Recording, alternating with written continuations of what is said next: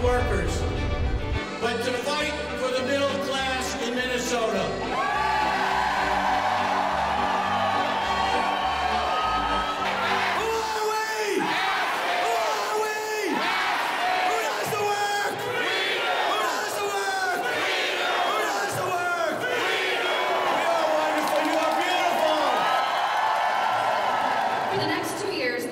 State of Minnesota is facing a $5 billion deficit.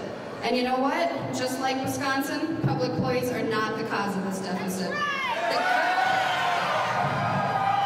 The cause of this deficit is unfair and irresponsible tax cuts given to the very richest Minnesotans and big corporations. This budget crisis is not a spending crisis. This budget crisis is a revenue crisis caused by those tax cuts for the rich. One of them representatives, Keith Downey from Medina.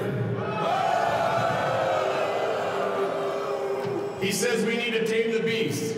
Let me repeat that. He calls state public employees beasts. Well, I'm here to tell you, Representative Downey, here we are. Come see us. We are not beasts. We are not beasts. We are not beasts. We are not beasts. Republican state legislators want to balance the budget through cuts alone that would ravage vital public services across the state. These cuts would result in layoffs of thousands of public employees. How is laying off thousands of people going to help our Minnesota economy? I see the effects of these cuts every day at my job. They mean less people like myself to keep people safe in water and gas services. They mean the loss of jobs in Duluth. The bottom line is cuts in state aid to cities and counties is destroying the public services the middle class depends on. That's right. And it means raising property taxes on middle class families and businesses. Last session, AFSCME members and other public employees did the responsible thing and stepped up to the plate and agreed to increase how much we contribute to our own pensions. We are not getting outrageously high pensions. In fact, the average AFSCME pension is about $13,000 a year with Social Security. This is the difference between dignity or poverty when we retire.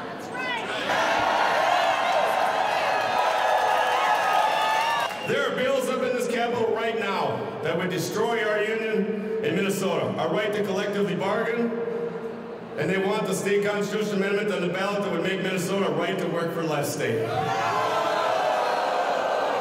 This is not just an assault on every union member and public employees, it's assault on every middle class. Workers in the right to work states make $5,000 less a year than workers in other states. These Republicans want us to be on our own while they take care of the rich. Is that fair? Is that just? We do the work and we're proud of it.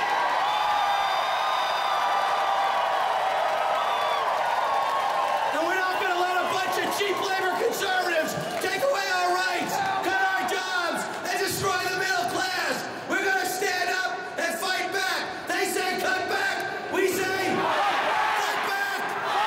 Cut back. Cut back. Cut back.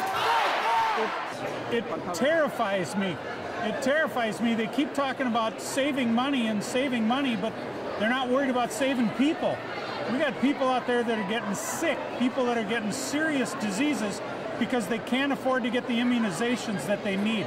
To them, it's all about dollars and cents and not the human value of what I do. So it doesn't surprise me, but I am kind of pissed off. They're trying to take us back to where times before there was a labor movement. And it scares me. My mom, back in the 70s, struck for AFSCME to get the right to collectively bargain, and now they're trying to take that away from me. It doesn't seem right. They're saying that what I'm doing here, it has no value, it has no merit. You know, the schools really are the thing that created the middle class. That's been the avenue out of poverty for generations, and we got people now who feel the need to cut that. This is a list of 50 bills that hurt workers, public and private, and one of them is the bill that you've offered as the right to work state.